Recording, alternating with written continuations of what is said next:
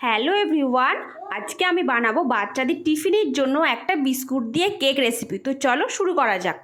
প্রথমেই আমি দুটো হ্যাপি হ্যাপি বিস্কুট নিয়ে নিয়েছি আর হাতের সাহায্যে একটু ভেঙে ভেঙে নেব। তারপর মিক্সিতে দিয়ে আমি বিস্কুটগুলো গুঁড়ো করে নেব। এই যে দেখো আমার গুঁড়ো করা হয়ে গেছে। তারপর আমি অ্যাড করলাম half tablespoon baking soda আর half tablespoon baking powder দিয়ে আমি ভালো করে এটাকে মিক্স করে নেব।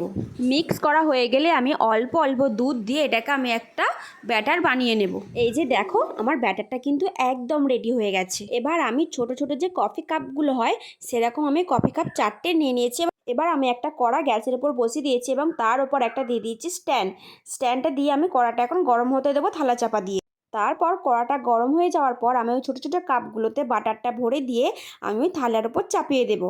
তারপর চাপা দিয়ে ওয়েট করব 10 থেকে 15 মিনিট। তারপরেই দেখো আমার কেকটা কি সুন্দরভাবে বেক হয়েছে। তো চলো টাটা। আমার এই কেক রেসিপিটা যদি তোমাদের ভালো লেগে থাকে তো প্লিজ একটা লাইক, কমেন্ট অ্যান্ড শেয়ার করো। তো চলো টাটা, দেখা হবে পরের কোনো ভিডিওতে।